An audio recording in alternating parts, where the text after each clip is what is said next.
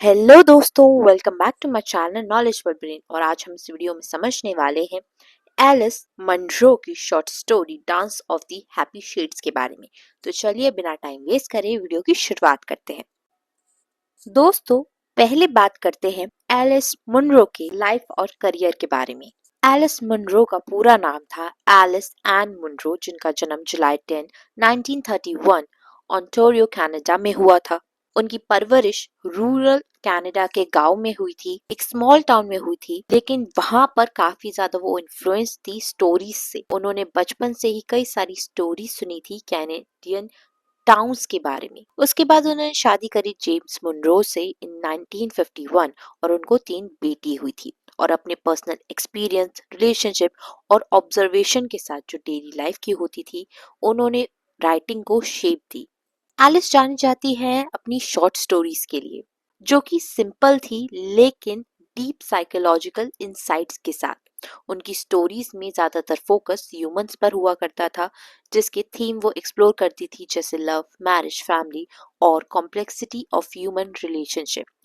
उनके major work रहे हैं dance of the happy shade, जो कि पब्लिश हुआ था 1968 में, जो कि उनका डेब्यूट कलेक्शन था, जिसके लिए उन्हें गवर्नर जनरल्स अवार्ड भी मिला था। इसके अलावा lives of girls and women, जो कि पब्लिश हुई थी 1971 में, जो कि एक सेमी ऑटोबायोग्राफिकल वर्क रहा है। इसके अलावा मून्स ऑफ जुपिटर, जो पब्लिश हुई है 1982 में, जो फोकस करती है फैमिली रिलेशनशिप और एजिंग को।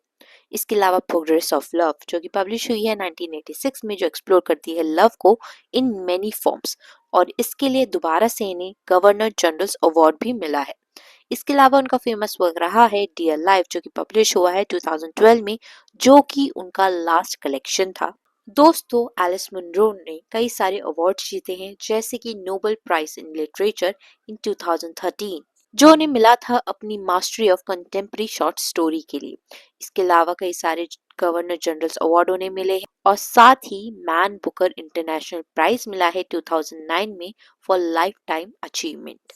दोस्तों, उनकी शॉर्ट स्टोरी, जैसे मैंने आपको बताया है, उनका फर्स्ट स्टोरी कलेक्शन है, पब्लिश हुआ है 1968 में, और इसके मेजर थीम्स हैं coming of age, childhood and adolescence, female experience and identity, ordinary life and extraordinary in mundane, and memory and reflection, isolation and connection, moral ambiguity and human complexity। चलिए दोस्तों, अब इस शॉर्ट स्टोरी को अच्छे से समझते हैं। दोस्तों, कहानी की शुरुआत होती है मिस मार्शल नाम की वुमन से, जो कि एक पार्टी होस्ट कर रही है। बेसिकली एक म्यूजिक रिसाइटल है, लेकिन मिस मार्शल उसको पार्टी कहती है। इस स्टोरी में एक नरेटर है, और यहाँ पर जो नरेटर की माँ है, वो इस पार्टी में नहीं जाना चाहती है।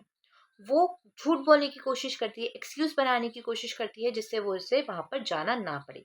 लेकिन उसकी एक्सक्यूज इतने ज्यादा वीक होते हैं, अनकन्विंसिंग होते हैं, कि माँ को ये लगता है कि मिस मार्शल को ये पार्टी रखना जरूरी नहीं है, क्योंकि मिस मार्शल जो है अब एक छोटे से घर में शिफ्ट हो चुकी है। मिस मार्शल की एक बहन है, जो कि अब बेड पे रहती है, वो काफी ज्यादा बीमार है। तो इस पार्टी का कोई मीनिंग नहीं है, अकॉर्डिंग टू नरेटर की माँ। फैक्ट, नरेटर की माँ को ये भी लगता है कि मिस मार्शल की ना अब एज हो गई है, तो ये पार्टी वगैरह ये रखना थोड़ा अजीब है। अब मिस मार्शल नरेटर की माँ के सजेशन से हर्ट हो जाती हैं कि उन्हें अपनी एनुअल जून पार्टी नहीं रखनी चाहिए। वो समझ नहीं पाती कि पार्टी का भी किसी को ट्रबल कैसे कर सकती है। ये समर पार्टी ही वो एक मात्र है उनके एंटरटेनमेंट का। तो वो टेलीफोन पर नरेटर की माँ से बात करते हुए मिस मार्शल कहती हैं कि अगर वो अपनी पार्टी को यूजुअल तरीके से नहीं रखती है, तो वो बिल्कुल बच्चों की तरह डिसअपॉइंटेड हो जाएंगी। नरेटर की माँ पिट्टी वाले एक्सप्रेशन बनाती हैं, क्योंकि वो सोचती हैं कि पार्टी ना होने पर सिर्फ मिस मार्शल ही है जो डिसअपॉइंटेड होने वाली है। लेकिन ये बात वो खुली तौर पर उससे नहीं कहती। इसके बदले वो प्रॉमिस करती है कि हाँ हाँ, हम जरूर पार्टी में आएंगे। अब जो नरेटर की माँ है, अपनी फ्रेंड मार्क फ्रेंच को फोन करती है। दोनों औरतें पहले मिस मार्शल की स्टूडेंट रह चुकी हैं, जो एक म्यूजिक टीचर है, और अब वो अपनी बेटियों को मिस मार्शल के लेसन के लिए ले जाती हैं। नरेटर की माँ और मार्क कंप्लेन करती है कि हम एक और पार्टी अटेंड करनी पड़ेगी अब, और डिसाइड करती हैं कि साथ में चलेंगे ताकि एक्सपीरियंस जो है वो झेल पाए। वो पिछली 2 पार्टीज को याद करती है, जो काफी ज्यादा मेसी थी, क्रैम्प थी। 2 साल पहले और सभी गेस्ट को एक छोटे से लिविंग रूम में दबा दिया गया था। और 1 साल पहले जो पार्टी हुई थी उसमें एक बच्चे की नाक से खून बह रहा था। दोनों ये एक्सेप्ट करती हैं कि सब क्योस मिस मार्शल की वजह से तो नहीं होता, लेकिन हाँ वो हैरान है कि जो पार्टीज है ये सारी मैनेजेबल नहीं होती हैं। वो इन सब पार्टीज को मैनेज नहीं कर पाती अच्छे से। अब कहानी में दिखाया जाता है नरेटर को, और आखिरी कुछ सालों में नरेटर को काफी ज्यादा फिक्र होती है कि शायद मिस मार्शल की पार्टीज में सिर्फ वो और उसकी माँ ही होंगे। अब ये वरी अब तक सच नहीं हुई है, लेकिन नरेटर को ये परेशानी है कि पार्टीज के रेगुलर अटेंडेंस जो है वो सिर्फ मिस मार्शल के पुराने स्टूडेंट्स और उनके बच्चे ही होते हैं। जो मिस मार्शल के नए स्टूडेंट्स भी हैं, साल दर साल हर जून में स्टूडेंट की संख्या जो है वो कम होती जाती है। और ये नंबर्स जो हैं वो कम होते जाते हैं स्टूडेंट्स के। नरेटर की माँ और मार्क फ्रेंच ही हैं जो इस नंबर में अभी बचे हुए हैं। दोनों मिडिल क्लास औरतें हैं जो अब सबर्ब्स में शिफ्ट हो गई हैं और उन्हें डर है कि वो करंट फैशन के पीछे रह जाएंगी। मिस मार्शल पियानो लेसन्स देती है, लेकिन अब बच्चों के लिए डांसिंग ज्यादा पसंदीदा एक्टिविटी बन चुकी है। यानी कि पहले काफी सारे बच्चे पियानो लेसन्स लिया करते थे, लेकिन अब जो है सारे बच्चे डांसिंग में इंटरेस्टेड है। इसलिए उस पार्टी में जितने जो स्टूडेंट्स है वही आया करते थे, लेकिन जब स्टूडेंट ही नहीं रहे, कोई पियानो सीखना ही नहीं चाहता, तो उसकी जो संख्या है, जो नंबर्स है वो कम हो गए हैं। और नरेटर को ये चिंता है कि आने वाले सालों में तो सिर्फ मैं और मेरी माँ ही है जो इस पार्टी को अटेंड करने वाले हैं, क्योंकि कोई और नहीं बचेगा। पियानो सीखना अब शायद इतना इम्पोर्टेंट नहीं माना जाता, लेकिन मिस मार्शल फर्मली मानती है कि हर बच्चे को म्यूजिक की ज़रूरत होती है। मिस मार्शल काफ़ी बूढ़ी हो चुकी है, एक बूढ़ी म्यूजिक टीचर है जो प्योरली पूरी तरीके से कन्विंस है कि बच्चों के दिल प्योर और अच्छे होते हैं। इसलिए वो सही डायरेक्शन और सही चीज़ ही हमेशा चुनते हैं, जो कि है म्यूजिक। नरेटर ये सोचता है कि जो मिस मार्शल है वो बच्चों के लिए सेंटिमेंटल व्यूज इसलिए रखती है क्योंकि मिस मार्शल के खुद के कोई बच्चे नहीं हैं। जो नरेटर है वो मिस मार्शल की पुरानी पार्टीज के बारे में सोचती है। जो नरेटर की बड़ी बहन थी विनफील्ड पियानो लेसन्स लेती थी। ये वो वक्त था जब जो मिस मार्शल है वो रोसेडेल की फैमिली होम में रहती थी। नरेटर को लगता है कि उन दिनों में मिस मार्शल की पार्टीज तो काफी इंटरेस्टिंग हुआ करती थी, क्योंकि वहाँ पे अच्छे सैंडविचेस जरूर मिलते थे। लेकिन जो म्यूजिक था, जो पियानो लेसन्स थे, जो बच्चे वहाँ पे पियानो बजाया करते थे उन पार्टीज में, वो इतने इंटरेस्टिंग नहीं हुआ करते थे, क्योंकि बच्चों को अच्छे से पियानो बजाना नहीं आता था। लेकिन मिस मार्शल कभी भी उन बच्चों को क्रिटिसाइज नहीं करती थी, जिसकी वजह से वो बच्चे कभी इम्प्रूव ही नहीं कर पाए। टीचर कहती है कि मिस मार्शल की पुरानी पार्टीज पहले ज़्यादा अच्छी लगती थी, क्योंकि उनमें एक सॉलिड फील हुआ करती थी। वो ओल्ड फैशन थी, लेकिन उनमें एक रिलायबल सेमनेस थी जो उनका अपना एक स्टाइल देती थी। मिस मार्शल और उनकी जो शेडोई थी, अक्सर भूली हुई बहन, हमेशा इन पार्टीज में एक जैसे दिखते थे। नरेटर मिस मार्शल की अपीयरेंस को अनफेवरेबल टर्म्स में याद करता है। काइंडली था, लेकिन फेस में उनकी अगलीनेस नोट करता है। नरेटर की नज़र में, क्योंकि वो अनमैरिड है, चाइल्डलेस है, बूढ़ी भी हो चुकी हैं, मार्शल बहनें अजीब हैं, बच्चे जैसे क्रिएचर्स लगती हैं और समय और नॉर्मल सोसाइटी के बाहर लगती है। तो जो मिस मार्शल है और उनकी बहन है वो दोनों ही अनमैरिड है, दोनों चाइल्डलेस है, और वो ये पार्टीज दिया करती थी कई सालों से। लेकिन अब जो बहन है वो तो बेड पे है, और जो मिस मार्शल है अभी भी वो पार्टीज को कंटिन्यू कर रही हैं। पार्टीज में मिस मार्शल का जो अपीयरेंस थे वो सब सेम रहते थे, कोई चेंज नहीं होता था, लेकिन उनका एक स्टाइल जो है वो हमेशा वो मेंटेन करा करती थी। अब नरेटर याद करती है कि जो रिसाइटल्स होते हैं जहाँ पे बच्चे पियानो बजाते हैं, वो रूम हमेशा से एक जैसा ही रहा है। जितनी भी पार्टीज में वो गई है वो हमेशा सेम ही दिखता है। वहाँ पे कुछ हिस्टोरिकल पेंटिंग्स हैं, बच्चों की, लड़कियों की नर्वसनेस है, और वो ये सारी पुरानी बातों को याद करती है और कहती है कि मिस मार्शल द्वारा चुने हुए फ्लावर्स वहाँ पे रखे रहते हैं। लेकिन वो थोड़ा ना अनकंफर्टेबल है उस एटमॉस्फेयर से, लेकिन फेमिलियर भी है, क्योंकि हर बार वो ही सेम चीज़ उसे देखने को मिलती है। और उसी रूम में नरेटर बताती हैं कि मिस मार्शल की बहन भी और मिस मार्शल की जो माँ थी और जितने भी स्टूडेंट्स आए हैं वो उसी रूम में पियानो लेसन्स लिया करते थे। साथ ही वो ये भी बताती हैं कि वो रूम जो है मिस मार्शल के अपने बचपन की याद दिलाता है। और साथ ही वो ये भी कहती है क्योंकि हम भी यहाँ पर पियानो लेसन्स लिया करते थे, हमारी बेटियां भी यहाँ पर पियानो लेसन्स ले रही है। तो इस रूम से एक लगाव है जो हमें भी है, सिर्फ मिस मार्शल को नहीं है। अब नरेटर याद करती है कि मिस मार्शल की पार्टीज का एक और पहलू है जो सालों से कंसिस्टेंट रहा है, हमेशा सेम रहा है। मिस मार्शल हमेशा अपने स्टूडेंट को गिफ्ट देती है।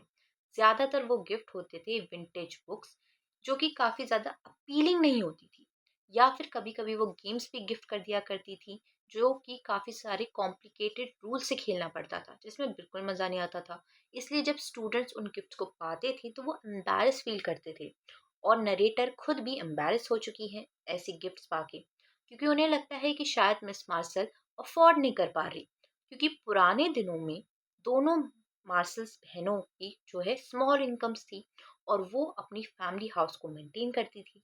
लेकिन अब मार्शल बहनें जो हैं वो छोटे छोटे घर में शिफ्ट हो गई हैं, और नरेटर अब अज्यूम करती हैं कि वो फाइनेंशियली स्ट्रगल फेस कर रही होंगी। नरेटर नोट करती है कि अब मार्शल बहनों की जो फाइनेंशियल सिचुएशन है उस पर गॉसिप नहीं करनी चाहिए, क्योंकि ये बैड मैनर्स होते हैं। अब मिस मार्शल की पार्टी का दिन आता है। नरेटर और उसकी माँ मिस मार्शल के घर बैले स्ट्रीट पर ड्राइव करते हैं। नरेटर की माँ कहती है कि बारिश हो रही हुई तो हम लोग मर जाएंगे, लेकिन जो मौसम है वो गर्मी का है, बिन बारिश का समर डे है। थोड़ी देर खोए रहने के बाद उन्हें फाइनली वो घर ढूंढ लेती है जो कि मिस मार्शल का है। वो एक छोटा सा सिंपल सा घर है। Miss Marshall narrow open doorway में खड़ी होती है। शुरू में नरेटर सोचती है कि मिस मार्शल अनप्लेजेंट और ज्यादा मेकअप वाली लग रही है, लेकिन जैसे ही वो पास जाती है वो रियलाइज करती है कि वो वही पुरानी औरत है जैसे कि वो पहले लगती थी। कोई चेंज नहीं है, वो खुश है, कुछ नहीं बोल रही। वो नरेटर और उसकी माँ को ऐसे ग्रीट करती हैं जैसे कि वो 5 साल की छोटी बच्ची हो। लेकिन उसके बाद वो पीछे देखती हैं कि अरे कोई और तो नहीं है जो आ रहा है मेरी पार्टी में, लेकिन उन्हें कोई नहीं दिखता। नरेटर और उसकी माँ अब छोटी सी लिविंग रूम में एंटर होते हैं, जहाँ पर वही फेमिलियर हिस्टोरिकल पेंटिंग्स और फूल से वो डेकोरेटेड है। रूम ज़्यादा क्राउडेड नहीं है, वहाँ पे 12 से भी कम लोग होते हैं। तो जो नरेटर की माँ है वो स्माइल करके लोगों को ग्रीट करती है, लेकिन वो नोटिस कर रही है कि उसकी दोस्त जो है मिस फ्रेंच जो है वो तो आई नहीं है इस पार्टी में। वहाँ पर मिस क्लेग है, मिस मार्शल की जो नेबर है, अपनी इंट्रोडक्शन देती है। उस पार्टी में इनवाइट किया गया है उसे ताकि वो बच्चों का म्यूजिक सुन सके। हालांकि नरेटर की जो माँ है वो थोड़ा अनकंफर्टेबल फील कर रही है, वो प्लेजेंट एक्ट नहीं कर रही, लेकिन उसके बावजूद वो मिस मार्शल से उसकी बहन के बारे में पूछती है। तो यहाँ पर मिसेस क्लैग जो है वो बोलती है कि ओल्डर वुमेन अपस्टेयर्स है और उसकी तबीयत अच्छी नहीं है, और कभी कभी मिसेस क्लैग जो है इन बहनों की हेल्प करा करती है, क्योंकि वो इन दोनों बहनों को कपल ऑफ बेबीज मानती है। अब नरेटर की माँ पार्टी के लिए रखे गए फूड को देखकर डिस्ट्रैक्ट हो जाती है। ये इलेबरेट स्प्रेड है, लेकिन क्लियरली ये फूड गर्मी की वजह से कई घंटों पहले ही रख दिया गया है। जैसे कि वहाँ पर फ्राइज हैं, सैंडविचेस हैं, केक्स हैं जो कि क्रॉल कर रहे हैं। नरेटर की माँ डिस्मे को कंट्रोल नहीं कर पाती है। स्माइल करते हुए मिसेस क्लेग कहती हैं कि उन्होंने मिस मार्शल को वार्न करने की कोशिश की थी कि फूड इतनी जल्दी मत रखो, वो खराब हो सकता है। लेकिन मिस मार्शल जो है बहुत ज़्यादा ईगर थी और कुछ भी भूलना नहीं चाहती थी, इसलिए मिसेस क्लैग को ये शेम लगता है। लेकिन फूड जो है इनएडिबल नहीं है, मतलब उसको खाया जा सकता है। नरेटर की माँ अपनी स्कर्ट एडजस्ट करती हैं और सब्जेक्ट चेंज कर देती हैं, क्योंकि होस्टेस को उसके ही लिविंग रूम में क्रिटिसाइज करना इम्पोलाइट माना जाता है। अब नरेटर की माँ जो है कंप्लेन करती है कि मार्क फ्रेंच यहाँ पर मौजूद नहीं है, जबकि उसने प्रॉमिस किया था कि वो आएगी। नरेटर को डिस्कस्ड होता है कि वो पार्टी में सबसे बड़ी लड़की है, लेकिन माँ कहती है कि कम से कम वो लास्ट परफॉर्म करेगी और रिसाइटल शॉर्ट होगा। मिसेस क्लेग की स्मेल अनप्लेजेंट है, आइसक्रीम चेक करने के लिए उठती है। नरेटर की माँ दूसरी औरतों से बात करती है। मार्क फ्रेंच की एब्सेंस से अपसेट होकर सारी औरतें अनईजी हैं और चाहती हैं कि रिसाइटल जल्दी शुरू हो जाए। वो कहती हैं कि दूसरे लोग रूड हैं जो नहीं आए, लेकिन शायद गर्मी की वजह से वो नहीं आ पाए। शायद शुरू होता है और छोटे बच्चे अपना परफॉर्मेंस देना शुरू कर देते हैं। मिसेस मार्शल और मिसेस क्लैग हर परफॉर्मेंस के बाद काफ़ी ज़्यादा खुश होती हैं, तालियां वालियां बजाती हैं, लेकिन जो नरेटर है वो ऑलमोस्ट क्लैप नहीं करती है। हर परफॉर्मेंस के खत्म होने पर रिलीफ फील करती है कि चलो छुटकारा मिला। नरेटर की माँ डाइनिंग रूम टेबल पर रखे फूड को हॉरिफाइड नज़र से देखती है कि क्या खाना है, लेकिन रूड नहीं लगना चाहिए इसलिए वो ड्रीमी लुक बना लेती है। जैसे वो ऐसे देख रही है खाने को, क्या खाना, ओह नाइस नाइस नाइस, ऐसे वो एक्ट कर रही है खाने को, क्योंकि वो म्यूजिक एंजॉय कर रही है। मिस मार्शल बार बार दरवाजे की तरफ देखती हैं कि शायद नए लोग आ रहे होंगे, तो उनके जो इंतज़ार है वो ख़त्म नहीं हो रहा कि शायद और कोई आ जाए, शायद और कोई आ जाए। नरेटर नोटिस करती हैं कि मिस मार्शल ने गिफ्ट ज़्यादा बच्चों के लिए प्रिपेयर की है, जितने अभी प्रेजेंट नहीं है उससे ज़्यादा उन्होंने गिफ्ट्स बच्चों के लिए वहाँ पे रख रखे हैं। अब नरेटर की टर्न होती है पियानो बजाने की। अपने परफॉर्मेंस के बीच में एक औरत और 10 या 8 बच्चे अराइव करती है। बच्चे डल यूनिफॉर्म पहने हुए हैं। नरेटर सोचती है कि शायद वो गलती से यहाँ पर आ गए हैं। बाकी सब भी उन्हें देखकर सरप्राइज और कंफ्यूज्ड हैं कि बच्चे कौन है भाई। लेकिन मिस मार्शल उन्हीं का इंतजार कर रही थी और चेयरफुली उन्हें अंदर वेलकम करती है। बच्चे सेटल होते हैं बिना नॉइस करे, चुपचाप बैठ जाते हैं, थोड़ी सी गिगलिंग कर रहे होते हैं। लेकिन जो नरेटर है एक हाश एक साइलेंस निकालती है जैसे कोई डिजास्टर हो गया हो। नरेटर अपना जो पीस है, अपना जो पियानो वो बजा रही है वो पीस को फिनिश करती है। अवेयर है कि परफॉर्मेंस ज़्यादा इम्प्रेसिव नहीं थी और क्विकली अपनी सीट पर वापस आके बैठ जाती है। अब रिसेंटली आए हुए जो बच्चे हैं उनमें से एक 9 या 10 साल का लड़का अगला परफॉर्म करने वाला है, उसके लिए वो उठता है। मिस मार्शल उसे स्माइल करके इंकरेज करती है जैसे ही वो पियानो बेंच पर बैठता है। नरेटर नोटिस करती है कि उसके डिस्टिंक्ट फेशियल फीचर्स जो उसके पियर्स में भी कॉमन है। मिसेस क्लैक नरेटर की माँ से कहती है कभी कभी ऐसे बच्चे काफी म्यूजिकल होते हैं। नरेटर की माँ इन बच्चों को देखकर विजिबली अपसेट होती है और पूछती है कि ये कौन है। मिसेस क्लैक समझती हैं कि ये बच्चे ग्रीन हिल स्कूल से आए हैं। और की माँ और जो दूसरी औरतें हैं उन बच्चों को जो कि ग्रीन हिल स्कूल से आए हैं पियानो बजाने के लिए, उन लोगों को इग्नोर करती हैं। मतलब वो ज़्यादा खुश नहीं है कि यार जल्दी से ख़त्म करो, हमें जाना भी है घर, तो वो ऐसे रिएक्ट करती है। मिस मार्शल्स के दूसरे स्टूडेंट्स के प्लेइंग से ज़्यादा बुरा नहीं लग रहा है। लेकिन अब मिस मार्शल अगली परफॉर्मर का अनाउंसमेंट करती है बहुत ही खुशी के अंदाज में। उसका नाम होता है डॉलोरस। वो पियानो बेंच पे बैठती है और बजाना स्टार्ट करती है। उसकी परफॉर्मेंस में ना एक एविडेंट होता है, म्यूजिक इतना फ्री लगता है, इतना हैप्पी लगता है कि उस म्यूजिक का जो फ्लो है वो बाहर तक जा रहा होता है। और यहाँ पे जो नरेटर है वो थोड़ी एंजाइटी फील कर रही होती है। म्यूजिक इतना ज़्यादा मधुर होता है और वो डॉलर्स जो है इतनी ब्यूटीफुली उस पियानो को बजाती है कि इनफैक्ट मिस मार्शल भी थोड़ा शॉक में हो जाती है। लेकिन वो डॉलर्स को वैसे ही तारीफ करती है जैसे वो बाकी बच्चों की तारीफ करती है, क्योंकि वो किसी को क्रिटिसाइज नहीं करती, किसी को ज़्यादा अप्रिशिएट भी नहीं करती, सबके लिए वो खुश है। डॉलोरस अपना परफॉर्मेंस ख़त्म करती है और म्यूज़िक अब चला गया। लेकिन उसने जो बजाया है पियानो उसके लिए एक्स्ट्राऑर्डिनरी नहीं लग रहा है उसको, वो ज़्यादा इम्प्रेस नहीं है। नरेटर ऑब्जर्व करते हैं कि बाकी जो औरतें हैं वो धीरे धीरे डॉलोरस की परफॉर्मेंस को एक ट्रिक मान रही है कि उन लोगों का एक अच्छा टेस्ट नहीं है यानी कि म्यूज़िक में। वो कह रही है यार डॉलर्स का जो म्यूज़िक है ना उसमें सूट नहीं कर रहा है और किसी उस जैसे इंसान पर वेस्टेड है, मतलब वो मैच नहीं कर रहा है उसके साथ। मिस मार्शल शायद डॉलरस की टैलेंट को एक्सेप्ट कर लेती है, लेकिन बाकी लोग नहीं कर पाते। औरतें नहीं जानती कि डॉलरस से कैसे बात करें या उसके बारे में कैसे बात करें, इसलिए वो म्यूजिक पर ही कमेंट करती रहती है। वो पूछते हैं कि ये पीस का नाम क्या था और मिस मार्शल आंसर देती है the dance of the happy shades, जो किसी को रिकग्नाइज नहीं होता। तो डॉलरस की परफॉर्मेंस से कोई भी खुश नहीं है। डॉलरस भी ज़्यादा इम्प्रेसिव नहीं है कि वो उससे अच्छा कर सकती थी शायद। सारी औरतें जो है वो तो बुरा फील करेंगी कि उनकी बेटियां जो है उनकी तो तारीफ नहीं हुई इतनी, तो वो बुराई करने लगे। अब वो डॉलरस की किस बात पे बुराई करे, वो ये कह रहे कि यार म्यूजिक ही बेकार था, म्यूजिक ही ऐसा था। वो डायरेक्ट बुराई नहीं कर रही वहाँ पे। पीटर और उसकी माँ वापस घर लौट जाती हैं।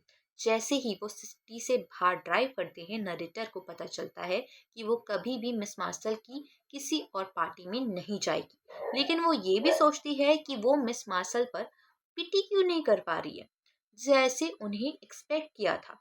वो कंक्लूड करती है कि dance of the happy shade ही उन्हें मिस मार्शल्स पर पूरी तरह से पिटी करने से रोकता है। Dance of the happy shades वो एक कम्युनिक है दूसरे देश से जहाँ वो रहती है। मतलब कि dance of the happy shade का ये मतलब है कि वो म्यूजिक इतना अलग था कि ऐसा लग रहा था मानो किसी दूसरी कंट्री या किसी दूसरे देश का है वो। शॉर्ट स्टोरी खत्म हो जाती है। दोस्तों आई होप आपको ये वीडियो समझ में आ गई हो और वीडियो देखने के लिए चैनल को सब्सक्राइब करें। Thank you for watching.